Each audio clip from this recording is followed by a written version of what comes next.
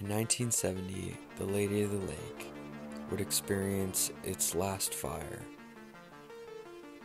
The Lady of the Lake took a bow as its second life finally was coming to an end. Flames engulfed the now vandalized and neglected building. Firefighters just could not reach the resort because of the tattered boardwalk that led to the resort. This seemed to be the end of the Saltair.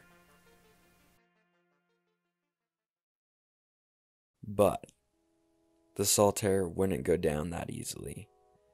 The Lady of the Lake, refusing to sink, was given new birth.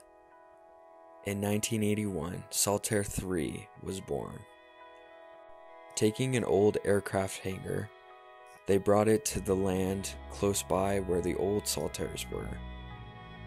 They styled the building to look or resemble as close as they could to the resorts of the past. And Saltair 3 was completed in 1982.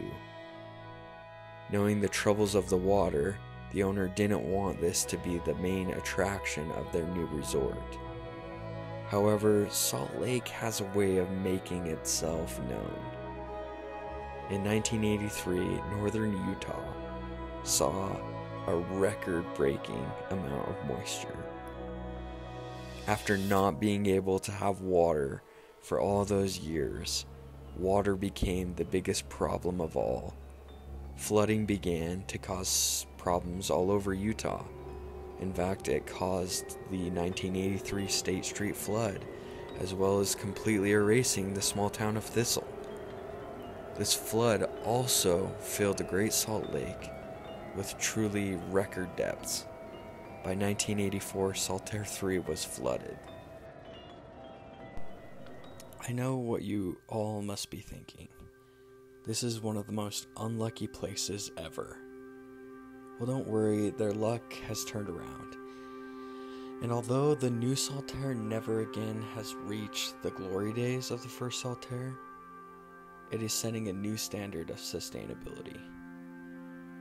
So what of the old Saltair? What is left of it? Not much. Well, not much if you don't know what you're looking for. But if you do visit the site of the original Saltair, knowing what you know now, I think you'll find a lot. I know I have.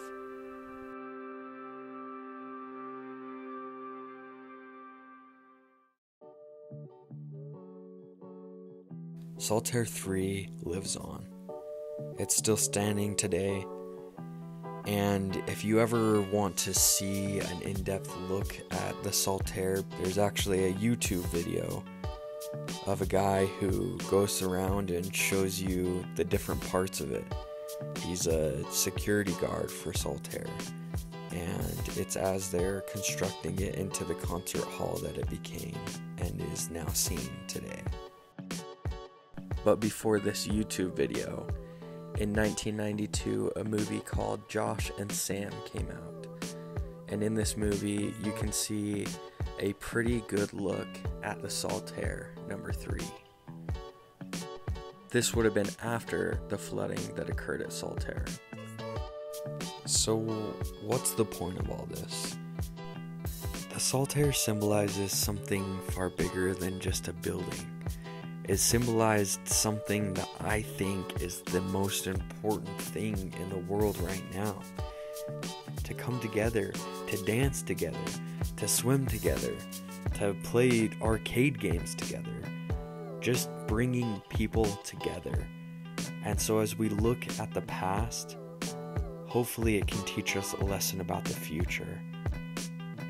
Now for any of you that are still watching, thank you. Hoping to come out with more videos like this. I'm such a history nerd, and I want to keep on sharing these different parts of history with you guys. So until next time, thanks for watching.